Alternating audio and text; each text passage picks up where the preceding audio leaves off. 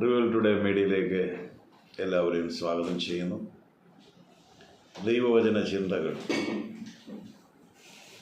വെളിപ്പാടുകൾ പരിശുദ്ധാത്മാവിലൂടെ പറയപ്പെടുമ്പോൾ കേൾക്കുന്ന ചില മിനിറ്റുകൾ നിങ്ങളുടെ ജീവിതത്തിൽ വലിയ വ്യതിയാനങ്ങളുണ്ടാകും.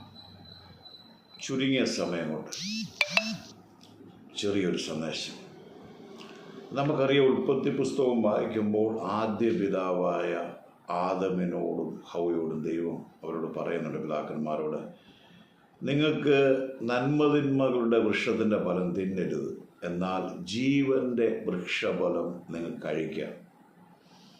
നമുക്കറിയാം, അവരെ സാത്താൻ്റെ വാക്ക് കേട്ട് അവർ ദൈവവചനത്തെ ദുർബലമാക്കുന്നു, അനുസരണക്കേട് കാണിക്കുന്നു.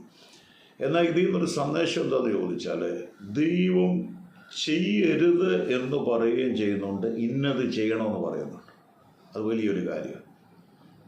പൗലോസ് പറയുന്നുണ്ട്, ആകാത്തതൊന്നും നിങ്ങളുടെ വായിൽ നിന്ന് പുറപ്പെടരുത്, പക്ഷെ അടുത്ത ചെയ്യേണ്ട പറയുന്നുണ്ട്. സ്തോത്രം അത്രയും വേണ്ടത്.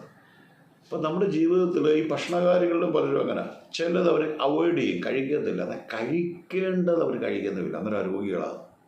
ഞാൻ എന്താ ഇതിന് സന്ദേശത്തിൽ പറഞ്ഞു കഴിഞ്ഞാൽ, ദൈവത്തിൻ്റെ ഒരു ശബ്ദമാണോ അതിനകത്തൊരു വിലക്ക് ഉണ്ടെങ്കിൽ അതിനപ്പുറത്ത് അനുസരിക്കേണ്ട ഒരു കാര്യം കൂടെ ദൈവം പറയുന്നുണ്ട്. ഇപ്പം നമുക്കറിയാം, സങ്കീർത്തനം 1 പഠിക്കുമ്പോൾ ദുഷ്ടന്മാരുടെ ആലോചനപ്രകാരം നടക്കരുത്, പാപികളുടെ വഴി നിൽക്കരുത്, പരിഹാസിയുടെ ഇരിപ്പിടത്തിലിരിക്കരുത്, 3 കാര്യങ്ങൾ പറഞ്ഞിട്ട് പിന്നെ പറയുകയാണ്, ദൈവത്തിൻ്റെ വചനം അല്ലെ ദൈവത്തിൻ്റെ കൽപ്പനകൾ സന്തോഷിക്കണം, അത് രാപകൽ ധ്യാനിക്കണം.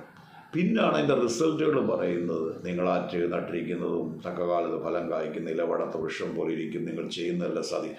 പല ദൈവദാസന്മാർ പലരെടുക്കലും അല്ലെ ഒരു പ്രവചന ശബ്ദമായതുകൊണ്ടും മറ്റുള്ള ജീവിതത്തിൽ അനുഗ്രഹം വരേണ്ട ഒരു വാക്കാണ്. നമ്മളെല്ലാം പറയും, ആറ്റൊരുകത് നട്ടിരിക്കുന്നു, തക്കകാലത്ത് ഫലം. യെസ്, പറയുന്നതിന് കുഴപ്പമില്ല. പക്ഷെ ആ വ്യക്തിയുടെ ജീവിതത്തിൽ ആക്ടിവേറ്റ് ആകുന്ന എപ്പോഴാണെന്നറിയോ? ആ വ്യക്തി 3 കാര്യങ്ങൾ അവോയ്ഡ് ചെയ്ത് ആ 2 കാര്യങ്ങൾ ചെയ്യുമ്പോഴാണ്. അതേസമയം ഒരാൾ പറയുക, ഞാൻ 2 കാര്യം ചെയ്യുന്നുണ്ട് പാസ്റ്ററേ, ഞാൻ വചനം മെഡിറ്റേറ്റ് ചെയ്യുന്നുണ്ട്, ഞാൻ വചനത്തിൽ സന്തോഷിക്കുന്നുണ്ട്, പക്ഷേ ഈ 3 കാര്യങ്ങൾ ദുഷ്ടൻ്റെ ആലോചന നടക്കാതെയും അവളുടെ വഴി നിൽക്കാതെയും പരിഹാസത്തിൽ. അപ്പം ദൈവവചനത്തിൻ്റെ നിർദ്ദേശം, ചിലത് ചെയ്യരുത്, ചിലത് ചെയ്യണം.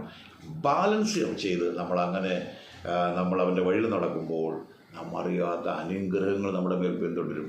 ആ അനുഗ്രഹങ്ങളിൽ നാം നടക്കാൻ തുടങ്ങും, ആ വിടുതലിൽ നാം നടക്കാൻ തുടങ്ങും, ആ ദൈവിക സന്തോഷത്തിൽ നാം നടക്കാൻ തുടങ്ങും. ഇതെനിക്ക് അനുഗ്രഹമാണെങ്കിൽ നിങ്ങളിത് ഷെയർ ചെയ്യാൻ സബ്സ്ക്രൈബ് മറക്കരുത്.